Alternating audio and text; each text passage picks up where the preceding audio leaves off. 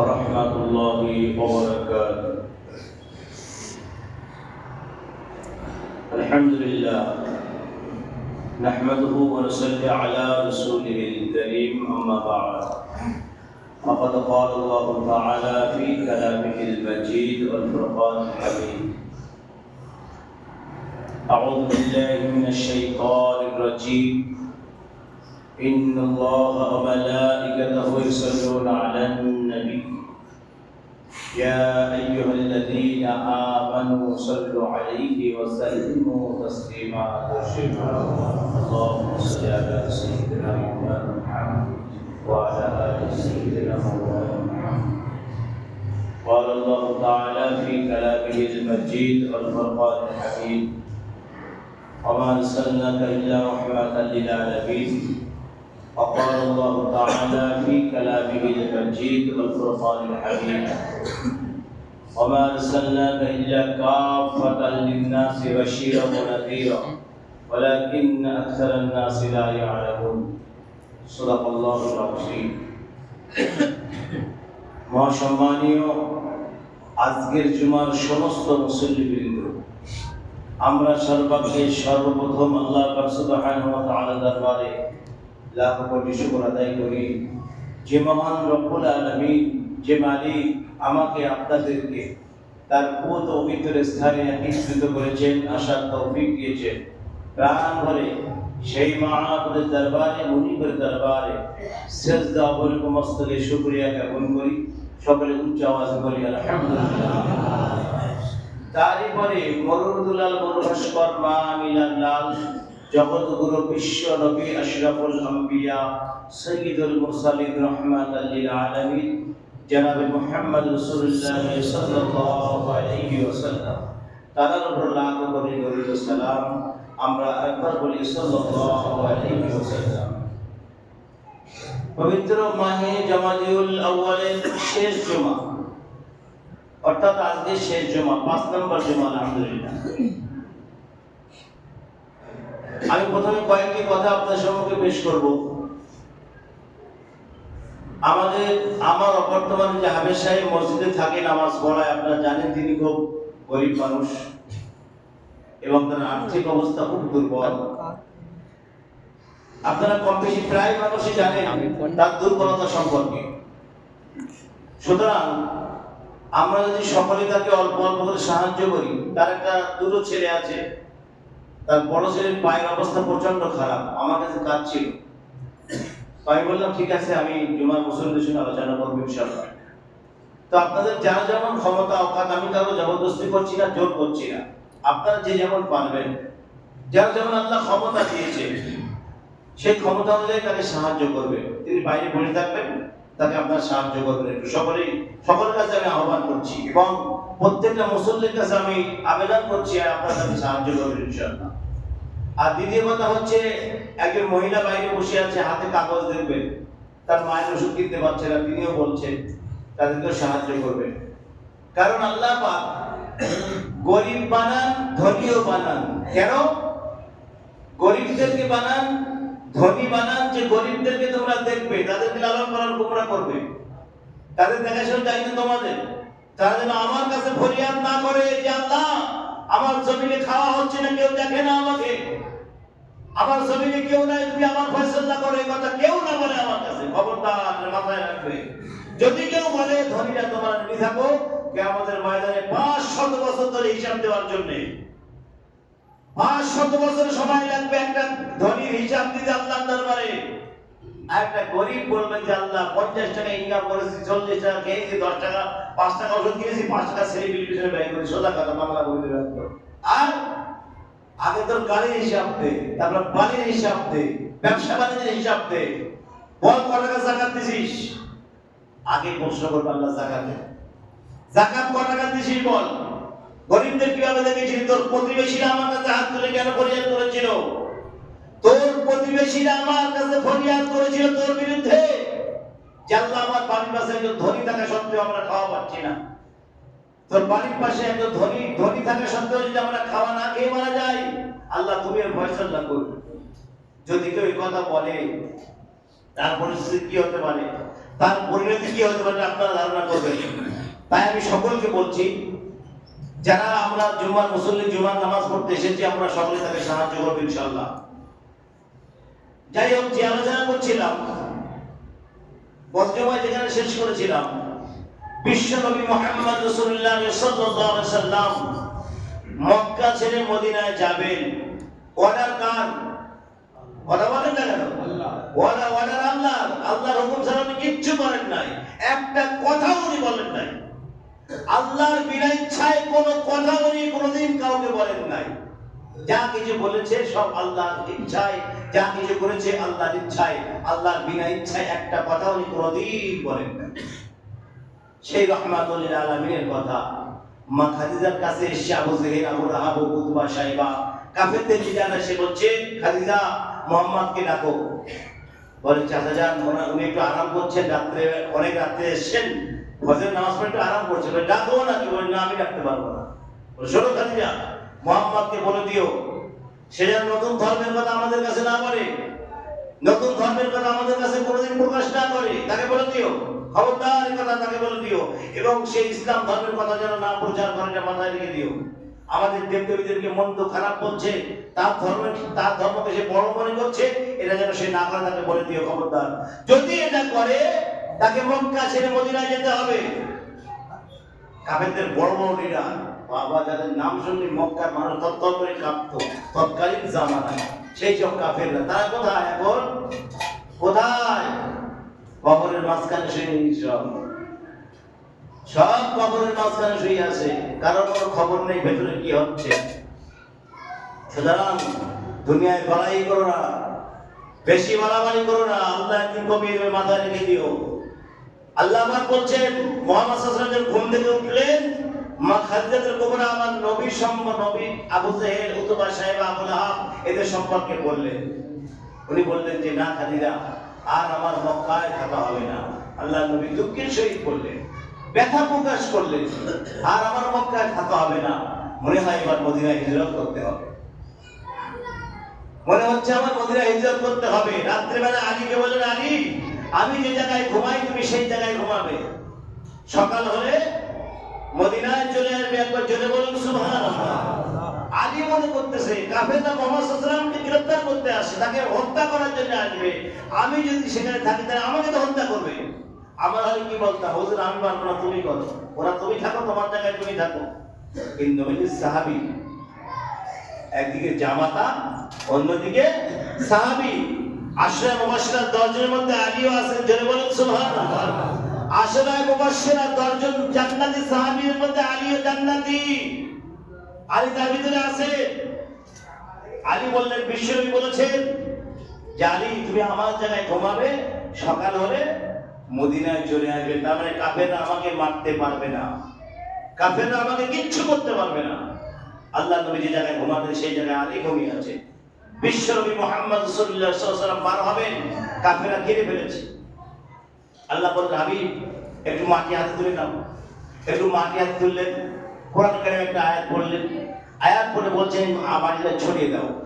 ছড়িয়ে দিলেন, কিন্তু সকলের চোখে গেল কিভাবে? ছড়িয়ে দিলেন। আল্লাহ বলছে, হাবিব মাটি ছড়ানোর দায়িত্ব তোমার, চোখে পৌঁছানোর দায়িত্ব আমি আল্লাহ। আমার একবার জোরে বলুন সুবহানাল্লাহ। মাটি ছড়াবে তুমি, চোখে পৌঁছাবো আমি। মাটি ছড়িয়ে দাও, সবার চোখে ঢুকে গেল ওই ধুলো পানি। আল্লাহ নবী ওখান থেকে বেরিয়ে গেলেন। বেরিয়ে আগে কোথায় গেলেন? আবু বকরের বাড়ি, হিজরতের প্রথম সাথী, আল্লাহ নবীর দীর্ঘদিনের সাথী, প্রথম ইসলাম কবুলকারী সিদ্দিক আকবর রাদিয়াল্লাহু তাআলা জীবনে কত কষ্ট করেছেন নবীর জন্য, নবীর জন্য জীবন দিতে রাজি হয়েছিলেন। কিন্তু আল্লাহ নবীকে এত মহব্বত করতেন, এত ভালোবাসতেন। সিদ্দিক আকবরকে আমার নবী প্রথম বলেছিল, আবু বকর হয়তো হিজরত করতে হতে পারে, আমাদের হয়তো মক্কা ছেড়ে মদিনায় যেতে হতে পারে। এই কথাটা শুধু বলেছিলেন সেখান থেকে 6 মাস উনি ঘুমান নাই রাত্রে বেলায়। কারণ বিশ্বনবী কখন আমাকে ডাকবে, আমি আবু বকর ঘুমিয়ে থাকবে না, কোনোদিন সম্ভব নয়। সেখান থেকে 6 মাস আগের থেকে ঘুমান নাই রাত্রে বেলায়, জেগে থাকে, দরজার কাছে দাঁড়িয়ে থাকে, কখন নবী আসবেন, কখন আবু বকর করে ডাকবেন। এখন হিজরতের রাতে আমার নবী আবু বকরের দরজায় গিয়ে একবার ধাক্কা দিয়েছে, আবু বকর দরজা খুলে দিয়েছে, একবার জোরে বলুন সুবহানাল্লাহ। এই ছিল নবীর মহব্বত, এই ছিল নবীর মহব্বত। আমার নবীকে যারা মহব্বত করেছিল তারা জান্নাতি, নবীকে যারা দেখেছে তারা জান্নাতি। এখন আমার নবী বলছে, আবু বকর তুমি কি রাত্রে ঘুমাও নাই?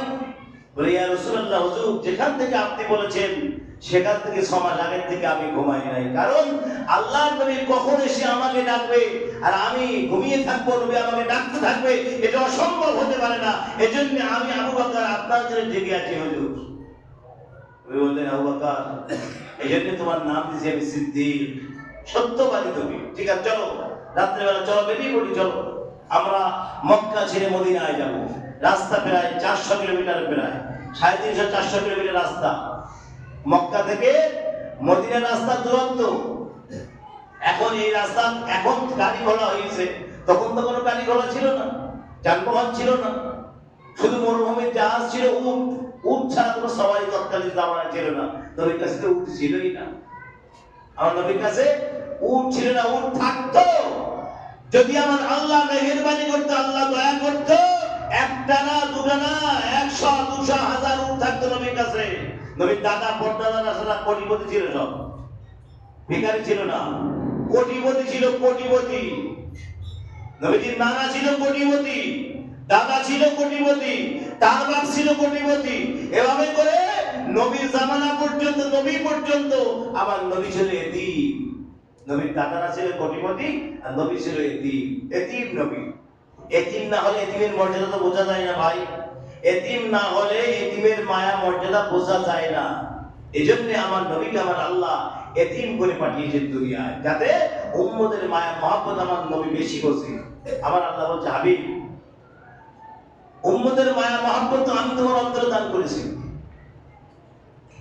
আল্লাহর সঙ্গে যখন কথা হচ্ছে আরশে আজিমে আমার নবীর সঙ্গে, আমার নবী বলছেন, আল্লাহ আমার উম্মতদেরকে কিয়ামতের দিনে জাহান্নামে দিও না, আল্লাহ তাদেরকে হিসাব দিও না, বিনা হিসাবে জান্নাতে দাখিল করো আল্লাহ। আল্লাহর কাছে ফরিয়াদ করছে। আল্লাহ বলছে, হাবিব তুই তো কাঁদছো আমার কাছে, আমি একটা কথা তোমাকে বলি, উম্মতের দরদি নবী তুমি, উম্মতের মায়া মহব্বত তোমার অন্তরে আমি আল্লাহ সৃষ্টি করেছি। তাহলে আমার কতটা মায়া দয়া আছে এটা বুঝতে পারছো তুমি? তোমার অন্তরে মায়াটা আমি আল্লাহ সৃষ্টি করেছি, তাহলে আমার কতটা দয়া তাদের উপরে, আমার কত মায়া তাদের উপরে, এটা ভাবো তুমি। তোমার উম্মত যারা হবে তাদের আমি হিসাব দেব না, জোরে বলো সুবহানাল্লাহ। তোমার উম্মত যারা হবে তাদের হিসাব দিতে হবে না। তোমার উম্মত যারা হবে তারা বিনা হিসাবে জান্নাতে চলে যাবে।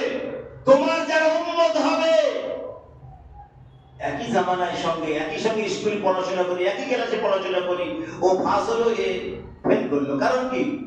পড়াশোনা করিনি, সোজা কথা, পড়াশোনা করিনি বলে ও পাস করলো, 1 নম্বরে ফেল করলো। একই সময় যদি আমরা থাকি আর আমরা পড়াশোনা না করি, নবীর উম্মত হিসাবে গণ্য হবে? নবীর উম্মত হিসাবে কোনোদিন বিবেচিত হতে পারে না। সুতরাং একটা কথা মাথায় রাখতে হবে, উম্মত হয়ে বড় দুনিয়ার জমিন থেকে মানুষেরা নবীর গোলাম হয়ে ইন্তেকাল করো। নবী যেন বলে, আমার গোলাম আয় জান্নাতে চলে আয়, আমার গোলাম। নবীজির গোলাম হয়ে ইন্তেকাল করো, নবীজির আশিক দিওয়ানা হয়ে ইন্তেকাল করো। নবী যেন তোমার কবর পর্যন্ত চলে আসে, একবার জোরে বলুন সুবহানাল্লাহ। নবীজির আশিক দিওয়ানা হয়ে যাও। এখন আবু বকরকে ডাকলেন, আবু বকর বেরিয়ে চলে আসে নবীর দরবারে, নবীর সঙ্গে চলে যাচ্ছে। যত দূরে যাচ্ছে তত আবু বকর নিজের কন্যার কান্নার আওয়াজ শুনতে পাচ্ছে। আবু বকর কানে ভেসে আসছে, বারবার পিছন থেকে তাকাচ্ছে। বিস্ময় বললেন, আবু বকর তুমি কি বাড়ি যেতে চাও? বলে, ইয়া রাসূলুল্লাহ, হুজুর আমার মাতা পিতা আপনার উপর কুরবান হয়ে যান, আমি বাড়ি যেতে চাই না, বিশ্বনবীর সঙ্গ ছেড়ে আমি বাড়ি যেতে চাই না। হুজুর আমি শুধু ভাবছি আমার কন্যাকে প্রহার করছে আবু জেহেলরা, সেই কান্না শব্দ আমি আবু বকর আমার কানে ভেসে আসছে। তাই চলো, ঠিক আছে, আগে চলো, আমরা আগে বাড়ি। আবু বকরের বাড়িতে গিয়ে আবু জেহেল, উতবা, সাইবা, এই কাফেররা গিয়ে বলছে, তোর আব্বা কোথায়, বল বল, তোর বাপ পিতা কোথায়? তিনি বাচ্চা মানুষ বলতে পারছেন না, এভাবে করে তাকে প্রহার করছে, মারছে, কিন্তু তিনি বলতে পারছেন না তার পিতা কোথায় গেছে। যাই হোক, আল্লাহ নবী, আল্লাহর হাবিব গারে সূর বলে একটা পাহাড় আছে, গারে সূরের ভিতরে আশ্রয় নিলেন। আবু জেহেল, আবু লাহাব, উতবা, সাইবা, কাফেরদের এত প্রচন্ড তাণ্ডব, এত প্রচন্ড জ্বালাতন তারা করছে আমার নবীকে। হিজরতের রাত্রে পর্যন্ত তাড়িয়েছে আমার নবীকে আবু বকরকে। সেই জন্য গারে সুরের ভিতরে প্রবেশ করেছেন আল্লাহর নবী। যে গারে সুরটা অনেক আগে থেকে তৈরি ছিল, বিশ্ব নবী ওই সুরে যাবেন এ কথা আগের থেকে প্রকাশ হয়েছিল, অনেক আগের থেকে প্রকাশ হয়েছিল যে বিশ্ব নবী হিজরতের সময় গারে সুরে প্রবেশ করবে। আল্লাহ হাবিব গায়ে সুরে প্রবেশ করলেন। মা কোরআশা এসে সঙ্গে সঙ্গে গুহার সামনে জাল বেঁধে দিল। একবার জোরে বলুন সুবহানাল্লাহ। মা কোরআশা যখন জাল বাঁধলো, কোন মানুষ এসে বলবে যে ভিতরে কোনো মানুষ গেছে, ঢুকলে জাল ভেঙে যাবে, জালটা বাঁধা আছে। এখন একদল এসে বলছে চল ঢুকি, একদল বলছে না, যদি কোনো মানুষের ভিতরে প্রবেশ করতো তাহলে জালটা ভেঙে যেত, জালটা খোলা থাকতো না। কবুতর উড়ে চলে গেল। এই জিনিসগুলো কি, এই জিনিসগুলো ভালো লক্ষণ। মাকড়সা ভালো জিনিস মারবেন না, কবুতর ভালো জিনিস, যেটাকে আল্লাহ হালাল করে দিয়েছেন। সুতরাং আল্লাহ নবী আবু বকরের গরুর উপরে মাথা দিয়ে একটু বিশ্রাম করছেন। রাত্রে ঘুমায় নাই, সারা রাত ঘুম না, গরুর উপরে মাথা দিয়ে বিশ্রাম করছেন। আর আবু বকর দেখছে কয়েকটা চালা, এই চালাগুলো বন্ধ করতে পারলে কোনো অসুবিধা নাই আমাদের। আর নিজের পাকড়ি ছিঁড়ে ছিঁড়ে চালাগুলোর মুখগুলো সব বন্ধ করে দিলেন। অবশেষে একটা চালার মুখ আর বন্ধ হয় না, সেই চালাই নিজের পায়ের গোড়ালি দিয়ে চেপে রাখলেন। সেই গুহায় ছিল একটি সাপ, যে সাপটা মুসা আলাইহিস সালামের জামানা থেকে অপেক্ষা করছে গুহার ভিতরে। তিনি জানতেন, তাকে জানানো হয়েছে বিশ্ব নবী সরওয়ারে কায়নাত শফিউল মুজতাবিদ রাহমাতাল লিল আলামিন জনাবে মুহাম্মদ রাসূলুল্লাহ সাল্লাল্লাহু আলাইহি ওয়াসাল্লাম এই গুহায় আসবে, আমি তাকে সালাম করব। একবার জোরে বলবেন না সুবহানাল্লাহ। সাপে নবীকে সালাম করবে। কেমন নবীর উম্মত আমরা। সুতরাং সেই গুহার ভিতরে সেই সাপটা চালার ভিতরে আবদ্ধ হয়ে আছে, সে বার হতে পারে না। যে মুখ দিয়ে বার হতে যায় সম্মুখ বন্ধ। এজন্য আবু বকরের পায়ে দিয়ে দংশন করলেন। বিষের জ্বালায় আবু বকরের চোখ দিয়ে ঝরঝর করে পানি বার হচ্ছে। কেমন আদর করতেন আমার নবীকে, কেমন মহব্বত করতেন। বিশ্ব নবী শুয়ে আছেন, তাকে জাগ্রত করা যাবে না। চাই আমি আবু বকর, আমার জীবন চলে যাক, আমার জীবন যায় যাক, আমি আবু বকর কেন, আমার 10টা আবু বকর হলে আমার জীবন যায় যাক, আমার নবীকে ওঠানো সম্ভব নয়, নবীকে জাগ্রত করা যাবে না। এই মুহূর্তে নবী ঘুমিয়ে আছেন। চিন্তা করেন, কোথায় আদব, আদবের মাপকাঠি কোথায়? সাহাবাদের আদবের মাপকাঠি ছিল? কোনো আদবের মাপকাঠি ছিল না। আদব আদব আদব রেহাজ করতে হবে, আদব পরেজ করতে হবে, নাইলে সমস্যা। বিশ্বনবী ডাকলেন না, চোখের পানি যেই নবীর মুখ মুবারকে পড়লো, সঙ্গে সঙ্গে আমার নবীর ঘুম ভেঙে গেল। আবু বকর, তুমি কাঁদছো কেন? তুমি কি বাড়ি যাবে নাকি? বাড়ির কথা মনে পড়লো নাকি? আবু বকর বলছে, ইয়া রাসূলুল্লাহ, হুজুর না, আমার কোনো কথা মনে পড়ে নাই, আমার পায়ে সাপে কামড়ে দিয়েছে, তাই শিগগিরই পা সরিয়ে নাও। পা সরিয়ে নিয়ে আমার নবীর থুতু মোবারক লাগিয়ে দিল, সঙ্গে সঙ্গে সুস্থ হয়ে গেল। একবার জোরে বলো সুবহানাল্লাহ। নবীর থুতু মোবারকের সেবা ছিল। চিন্তা করেন, থুতু মোবারক লাগিয়ে দিল, সাপের বিষ সব নষ্ট হয়ে গেল। সাপটা বেরিয়ে আমার নবীকে আগে সালাম করলেন, আসসালামু আলাইকা ইয়া রাহমাতাল লিল আলামিন। একবার জোরে বলুন সুবহানাল্লাহ। নবীকে সালাম দিলেন, ইয়া রাসূলুল্লাহ, হুজুর আমি এই গুহার ভিতরে মুসা আলাইহিস সালামের জামানা থেকে অপেক্ষা করছি আপনার জন্য। আপনি আসবেন, আপনাকে সালাম করব, আপনাকে সালাম দেব, আপনাকে একবার দু চোখ দিয়ে দর্শন করব। এই জন্য আমি সেই জামানা থেকে অপেক্ষা করছি হুজুর এই গুহার ভিতরে। তো আমি যখন জানার সব মুখটা বন্ধ, আমি দেখছি যদি আমার নবীকে সালাম দিতে হয়, আবু বকরের পায়ে দংশন করা ছাড়া কোনো আমার উপায় নাই। এজন্য আমি আবু বকরের পায়ে দংশন করেছি। হুজুর বেয়াদবি মাফ করবেন, ক্ষমা করে দেবেন আমাকে, বেয়াদবি মাফ করবেন, আমাকে ক্ষমা করে দেবেন। আমি আবু বকরের পায়ে এজন্য কামড়িয়েছি, সমস্ত জানার মুখগুলো বন্ধ, আমার বার হবার কোনো রাস্তা নাই, এজন্য আমি দংশন করেছি। হুজুর আমার বেয়াদবি ক্ষমা করবেন। তাহলে কি নবীর উম্মত আমরা, একটু ভাবছেন কেমন নবীর উম্মত আমরা? এই ছেলেরা, আমি কয়েকটা কথা বলছি, ছেলেরা ব্যাপক ঝামেলা করছে উপরে দোতলায়। বাচ্চা ছেলেরা খুব ঝামেলা করছে। বাচ্চা ছেলেরা ঝামেলা করবে না, কথা নামাজের সময় কথা বলবে না, কেউ খবরদার মনে রাখবে, নামাজ চলাকালীন কেউ কথা বলবে না। তাহলে বিশ্ব নবী সাল্লাল্লাহু আলাইহি ওয়াসাল্লাম গুহার ভিতরে আছেন, আবু বকরকে নিয়ে গুহা থেকে এবার বার হবেন, মদিনার পথে যাচ্ছেন, মদিনার দিকে যাচ্ছেন। এখন যেতে যেতে রাস্তায় যেতে যেতে, হুজুর আমার অসুস্থ হচ্ছেন, আবার সুস্থ হচ্ছেন, কারণ হাঁটা পথ কোনো সওয়ালই নাই। হাঁটতে হাঁটতে হাঁটতে হাঁটতে সাদিয়া গোত্রে হাজির হলেন। সেখান থেকে একটা উট নিলেন। উট নিয়ে সেই উটের উপরে সওয়ার হয়ে বিশ্বনবী মুহাম্মদ রাসূলুল্লাহ সাল্লাল্লাহু আলাইহি ওয়াসাল্লাম মদিনার দিকে ধাওয়া করলেন। মদিনার দিকে ধাওয়া করলেন। এখন প্রশ্ন হচ্ছে একটাই, যে নবীর জন্য আল্লাহ আসমান জমিন লাউহে মাহফুজ সিদরাতুল মুনতাহা কাবা কাউসাইন আরশে আজিম এবং এর উপরে নিচে যা কিছু আছে যে নবীর জন্য সৃষ্টি করলেন আল্লাহ, সেই নবীকে চিনতে না পারলে আল্লাহ আমাকে আপনাকে চিনবেন না, এটা মাথায় রাখবেন। নবী যদি একবার বলে আল্লাহ আমার উম্মত, আল্লাহ বলবে আমার বান্দা। নবী একবার বলবে আমার উম্মত, ব্যাস আর দরকার নাই কিচ্ছু, কোন হিসাবের প্রয়োজন নাই, কারো সাথে দেখা করার প্রয়োজন নাই, সোজা জান্নাতে চলে যাবেন। নবী একবার বলবে আল্লাহ এটা আমার উম্মত ছিল, ব্যাস।